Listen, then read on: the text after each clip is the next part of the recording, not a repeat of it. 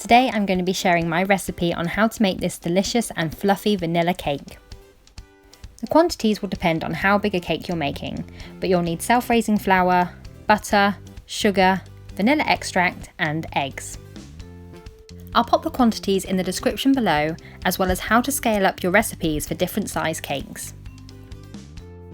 Using my stand mixer with the paddle attachment, I'm now going to begin creaming my butter and sugar together. Beat these together for about 3 to 4 minutes so that the sugar can start dissolving into the butter.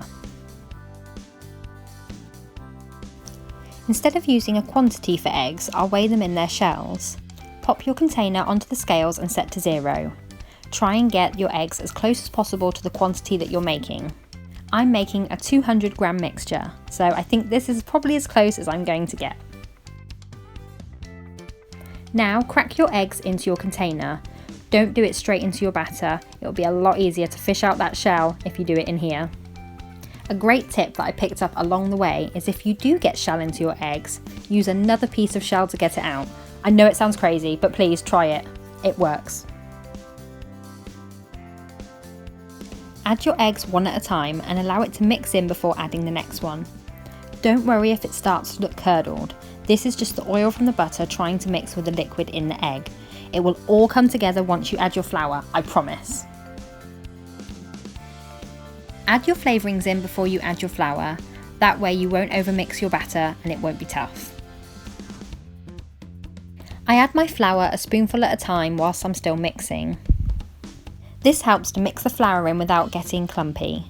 I don't tend to sift my flour, but if you like to, then please do. Once all the ingredients are in, I'll beat it for about 30 seconds. Don't do it for much longer or you'll just get a tougher batter. Don't forget to scrape the paddle down to get all that delicious batter into the bowl. I'll then give it one last stir with my spatula to make sure all the ingredients are fully incorporated in. Now we can pop that delicious batter into our tins and bake. I bake on 160 degrees for about an hour. This smaller cake won't take as long, so I'll check it after about 45 minutes. I also have videos on my channel on how I line my cake tins. For more recipes and how-tos, please do check out my channel and consider subscribing.